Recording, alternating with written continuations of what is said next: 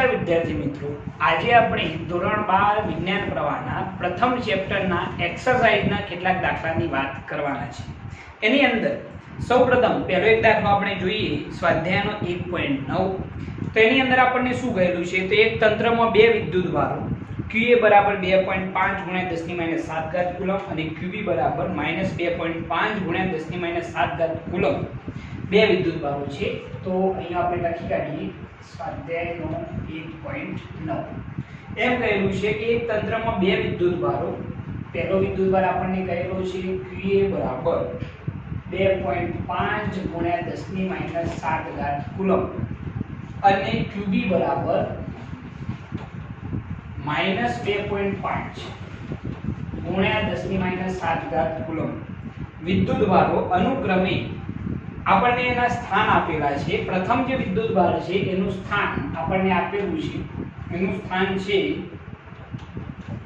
એ બિંદુ પાસે 0 0 -15 સેન્ટીમીટર અને જે બીજો વિદ્યુતભાર છે એનું પણ સ્થાન આપણને આપેલું છે 0 0 +15 સેન્ટીમીટર। બરોબર છે, આવા બે વિદ્યુતભારોના સ્થાન આપેલા છે અને એમ કહેલું છે કે આ તંત્રનો કુલ વિદ્યુતભાર અને વિદ્યુત ડાયપોલ ની ચાક માત્રા શોધો। બરોબર છે, અહીંયા આગળ આપણને બે વિદ્યુતભારો આપેલા છે, એક QA વિદ્યુતભાર છે અને બીજો QB છે। એ બંનેના સ્થાન પણ આપણને આપેલા છે। જે એ બિંદુ પાસેનું વિદ્યુતભાર છે એનું સ્થાન છે 0 0 -15 અને જે B બિંદુ પરનો વિદ્યુતભાર છે QB એનું સ્થાન છે 0 0 +15 સેન્ટીમીટર। આપણે આને જો આકૃતિમાં દર્શાવવા હોય તો કઈ રીતે દર્શાવી શકાય એ જરા જોજો। તો સૌપ્રથમ આપણે એને આ રીતે બતાવી શકીએ છીએ। સપોઝ અહીંયા આગળ આપણે લખી દઈએ x અક્ષ, અહીંયા આગળ લખી દઈએ z અક્ષ અને અહીંયા આગળ લખી દઈએ y અક્ષ। બરોબર છે, આ રીતે આપણે દર્શાવી શકીએ। ઓકે, હવે આપણને એમ કહેલું છે કે અહીંયા આગળ આપણે તંત્રનો કુલ વિદ્યુતભાર અને ડાયપોલ મોમેન્ટ આ બે વસ્તુ આપણે શોધવાની છે। તો કઈ રીતે શોધીશું જરા જોજો। તો અહીંયા આપણે બંને વિદ્યુતભારોને દર્શાવવાના છે, પહેલો QA ને ના પછી કયો છે QB। તો સૌપ્રથમ QA જોઈએ।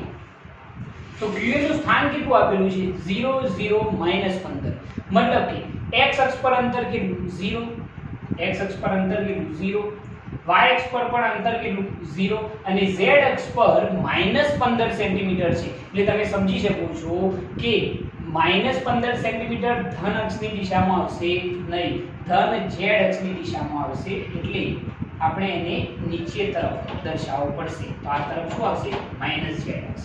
બરોબર છે, તો અહીંયા જે પ્રથમ વિદ્યુતભાર છે એનું સ્થાન 0 0 -15 મુજબ જો વિચારીએ તો અહીંયા આગળ આપણે QA વિદ્યુતભાર વિચારી શકીએ છીએ, જેનું સ્થાન છે 0 0 -15। બરોબર છે, ઓકે, સેન્ટીમીટરમાં છે। એના પછી જે બીજો વિદ્યુતભાર છે એ કેટલા સ્થાને આવેલો છે તો 0 0 +15। બરોબર છે, x અક્ષ 0, y અક્ષ પર 0 અને z અક્ષ પર +15 અંતર છે। એટલે એ કઈ તરફ આવશે ઉપરની તરફ આવશે। તો અહીંયા આગળ આપણે દર્શાવીએ QB એનું સ્થાન થઈ જશે 0 0 +15 સેન્ટીમીટર। બરોબર છે, બે વિદ્યુતભારો ગોઠવાઈ ગયા।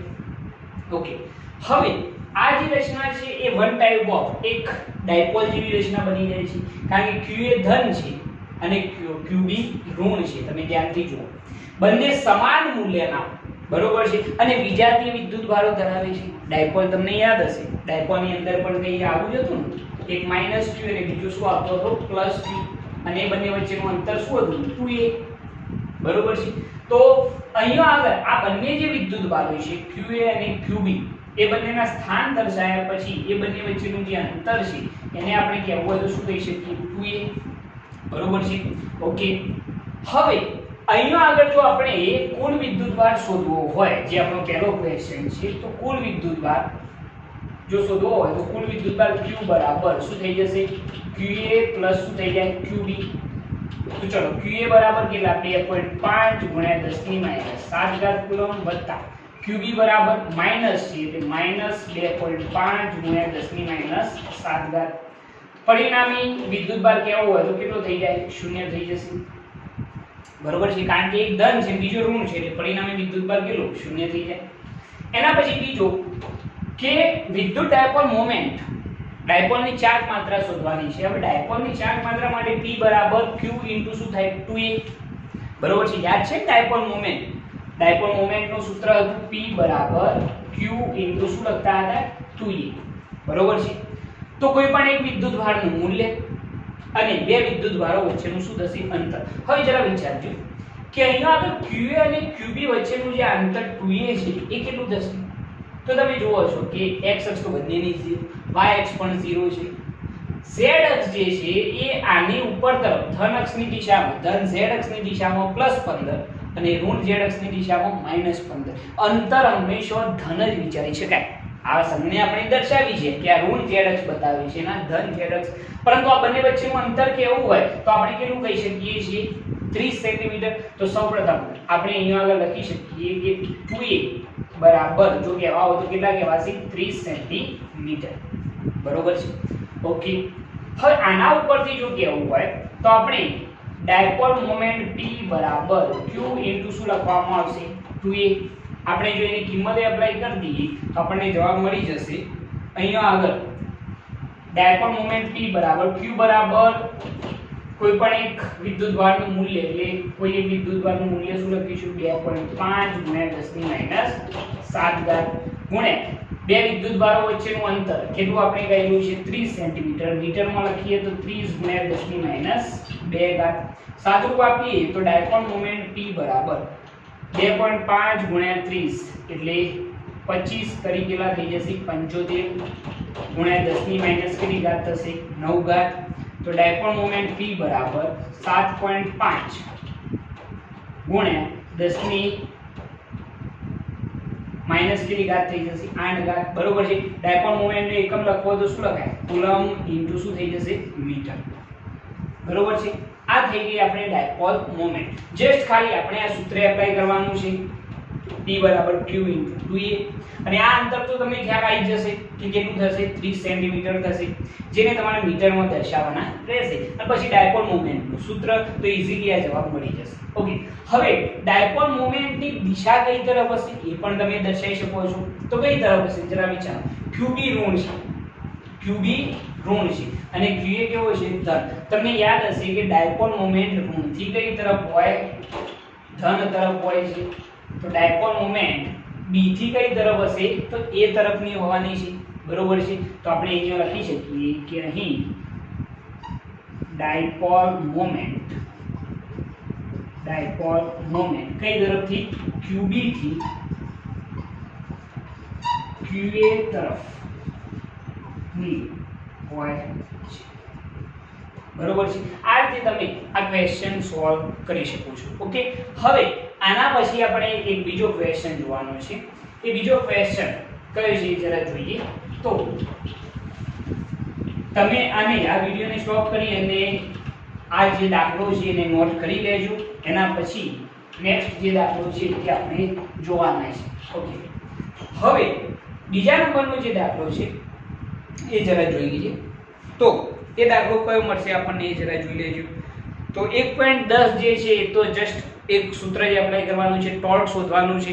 અને ટોર્કનું સૂત્ર તમે જાણો છો ટોર્ક તો બરાબર શું થાય PE sin θ. કિંમત એપ્લાય કરશો બાકી બધી વસ્તુ આપેલી છે એટલે ઈઝીલી એ સોલ્વ થઈ જશે. આપણે આગળ જોઈએ તો 1.11 જોઈએ. એક સારો ક્વેશ્ચન છે. તો એની અંદર ઊન સાથે ઘસેલા એક પોલિથીનના ટુકડા પર 3 × 10⁻⁷ કુલમ જેટલો ઋણ વિદ્યુતભાર છે. બરોબર છે. સ્થાનાંતરિત થયેલા ઇલેક્ટ્રોનની સંખ્યા શોધો. તેઓ સાના પરથી સાના પર સ્થાનાંતરિત થયા છે એ વસ્તુ લખવાની છે. અને પછી બીજો ક્વેશ્ચન છે ઊનથી પોલિથીન તરફ દળનું સ્થાનાંતર હોય છે એનો જવાબ આપવાનો છે. તો 1.11 સ્વાધ્યાયનો 1.11 બરોબર છે. તો એની અંદર એક સમજી લો કે આ ઊન છે. બરોબર છે. એની સાથે આપણે કોને ઘસેલું છે પોલિથીન. સમજી લો કે આ પોલિથીન છે. બરોબર. હવે પોલિથીનને ઘસવામાં આવે તો પોલિથીનના ટુકડા પર રહેલો વિદ્યુતભાર Q બરાબર આપણને કહેલો છે કેટલો છે ઋણ વિદ્યુતભાર કહેલો છે એટલે -3 ગુણ્યા કેટલો થઈ જશે 10⁻⁷ કુલમ. બરોબર છે. તો સ્થાનાંતરિત થયેલા ઇલેક્ટ્રોનની સંખ્યા શોધો. તેઓ શાના પરથી શાના પર સ્થાનાંતરિત થાય છે એ પણ દર્શાવવાનું રહેશે. હવે જરા જોજો. તો સૌપ્રથમ અહીંયા એક વસ્તુ સમજો કે અહીંયા જે ઊનનો ટુકડો હતો એની સાથે આપણે કોને ઘસેડો છે? તો પોલિથીનના ટુકડાને. અને પોલિથીનનો ટુકડો જે છે એ કેવો થયેલો છે? તો ઋણ વીજભારિત થયેલો છે. તો ઋણ વીજભારિત ક્યારે થાય? તમને યાદ હશે કે કોઈ પણ પદાર્થ, યાદ હશે તમને આ વસ્તુ, જે પદાર્થ ઇલેક્ટ્રોન ગુમાવે એ કેવો થાય? ધન વીજભારિત થશે. અને જે પદાર્થ ઇલેક્ટ્રોન મેળવે એ કેવો થશે? તો ઋણ વીજભારિત થશે. આ યાદ છે તમને? તો અહીંયા આગળ પોલિથીનનો ટુકડો ઋણ વીજભારિત થયો છે, મતલબ કે એને ઇલેક્ટ્રોન શું કર્યા હશે? મેળવ્યા હશે. એને ઇલેક્ટ્રોન શું કર્યા હશે? મેળવ્યા હશે. કારણ કે એ ઋણ વીજભારિત થયો છે, મતલબ કે ઇલેક્ટ્રોન જ્યારે આ બંનેને ઘસવામાં આવે છે એકબીજા સાથે, તો ઇલેક્ટ્રોન જે છે એ ઊનના ટુકડા પરથી ક્યાં ગયા હશે? પોલિથીનના ટુકડા ઉપર ગયા હશે. બરોબર છે? તો અહીંયા આગળ આપણે પહેલા ક્વેશ્ચનનો જવાબ આપીએ તો શું થશે? કેટલા ઇલેક્ટ્રોન પોલિથીનના ટુકડા ઉપર ગયા હશે? તો આપણે અહીંયા આગળ લખી શકીએ કે Q બરાબર n * E પરથી, બરોબર છે, કેટલા ઇલેક્ટ્રોન ગયા હશે? તો ઇલેક્ટ્રોનની સંખ્યા શું કહેવાશે? n. તો n બરાબર Q अपन શું આવશે? E. તો ઇલેક્ટ્રોનની સંખ્યા n બરાબર કેટલો વીજભારિત થયો છે પોલિથીનનો ટુકડો? તો Q બરાબર -3 × 10⁻⁷ अपन ઇલેક્ટ્રોનનું મૂલ્ય કેટલું થાય? 1.6 × 10⁻19. બરોબર છે? સાદુરૂપ આપશો તમે તો તમને ઊનના ટુકડા પરથી પોલિથીનના ટુકડા ઉપર ગયેલા ઇલેક્ટ્રોનની સંખ્યા મળી જશે. અને ઇલેક્ટ્રોનની સંખ્યા તમને અહીંયા આગળ મળશે સાદુરૂપ આપતો 1.875 × 10⁻12 આવશે. બરોબર છે? એટલે લગભગ જો કહેવા હોય તો 2 × 10⁻12 ઇલેક્ટ્રોન ઊન પરથી ક્યાં ગયા હશે? પોલિથીન પર ગયા હશે. બરોબર છે? તો અહીંયા આગળ આપણે લખી કાઢીએ કે n બરાબર 2 × 10⁻12 ઇલેક્ટ્રોન ઊન પરથી પોલિથીન પર ગયા હશે. બરોબર છે? ઓકે. આ પહેલા ક્વેશ્ચનનો જવાબ થઈ ગયો કે કેટલા ઇલેક્ટ્રોન ઊન પરથી પોલિથીન પર ગયા હશે. બરોબર છે? તો એના માટે Q બરાબર કયું સૂત્ર એપ્લાય કરીશું? Ne. બરોબર? તો ગયેલા ઇલેક્ટ્રોનની સંખ્યા n બરાબર શું થઈ જાય? Q / E. તમે વિદ્યુતભારિત જે થયેલો છે પોલિથીનનો ટુકડો એ એપ્લાય કરો અને ઇલેક્ટ્રોનનું મૂલ્ય એપ્લાય કરો તો તમને જવાબ મળી જશે કે લગભગ 2 × 10⁻12 ઇલેક્ટ્રોન એ ઊન પરથી ક્યાં ગયા હશે? પોલિથીન પર ગયા હશે. હવે બીજો ક્વેશ્ચન એવો છે કે ઊનથી પોલિથીન તરફ દળનું સ્થાનાંતર થયેલ છે. શું કહેલું છે?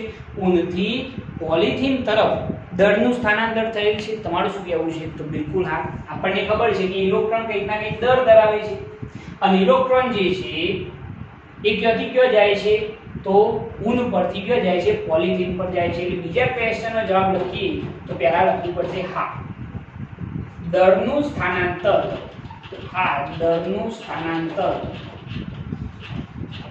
ઊન પરથી પોલિથીન પર થાય છે. બરોબર છે કે હા દળનું સ્થાનાંતર થયું હશે ને ક્યાંથી ક્યાં થયું હશે? તો ઊન પરથી ક્યાં થયું હશે? પોલિથીન પર. કારણ કે ઇલેક્ટ્રોન દળ ધરાવે છે અને ઇલેક્ટ્રોન ક્યાંથી ક્યાં જાય છે? ઊન પરથી ક્યાં જાય છે? પોલિથીન પર. હવે અહીંયા ઊન પરથી જો ઇલેક્ટ્રોન પોલિથીન પર જતા હોય તો એના ઉપરથી એ લખી શકાય કે ઊનના ટુકડાનું દળ શું થશે? ઘટે. બરોબર છે? કારણ કે એના પરથી ઇલેક્ટ્રોન જાય છે ક્યાં જાય છે? પોલિથીનના ટુકડા ઉપર. એટલે ઊનના ટુકડાનું દળ શું થશે? ઘટે. અને પોલિથીનના ટુકડાનું દળ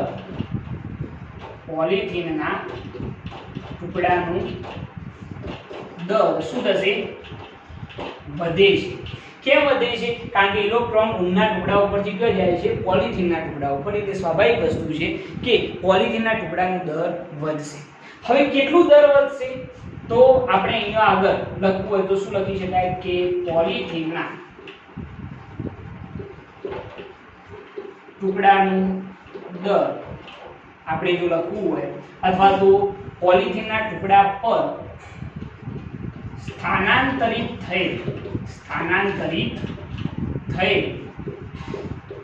દર જો આપણે કહેવું હોય, કારણ કે પોલિથીનના ટુકડા ઉપર ઇલેક્ટ્રોન જાય છે એટલે દર કયો ટ્રાન્સફર થયું છે તો પોલિથીનના ટુકડા ઉપર, તો પોલિથીનના ટુકડા પર સ્થાનાંતરિત થયેલ દર m બરાબર કેવું હોય તો શું થઈ જશે, તો 1 ઇલેક્ટ્રોન જાય બરોબર છે, તો એ વખતે કેટલું દર ટ્રાન્સફર થશે તો આપણને ખબર છે કે અહીંયા આગળ 1 ઇલેક્ટ્રોન જાય તો 1 ઇલેક્ટ્રોનનું દર કેટલું હોય છે તો 9.1 ગુણ્યા 10 ની માઈનસ 31 ઘાત કિલોગ્રામ, અને અહીંયા કેટલા ગયા છે તો અહીંયા 2 ગુણ્યા 10 ની 12 ઘાત, એટલે અહીંયા આગળ આપણે જો પોલિથીનના ટુકડા પર સ્થાનાંતરિત થયેલ દર લખવું હોય તો m બરાબર n ઇન્ટુ શું થઈ જશે m બરોબર છે, તો સ્થાનાંતરિત થયેલ દર m બરાબર કેટલા ઇલેક્ટ્રોન ગયા છે ઊન પરથી પોલિથીન પર તો કેટલા ગયા છે 2 ગુણ્યા 10 ની 12 ઘાત, અને 1 ઇલેક્ટ્રોનનું દર કેટલું છે તો 9.1 ગુણ્યા 10 ની માઈનસ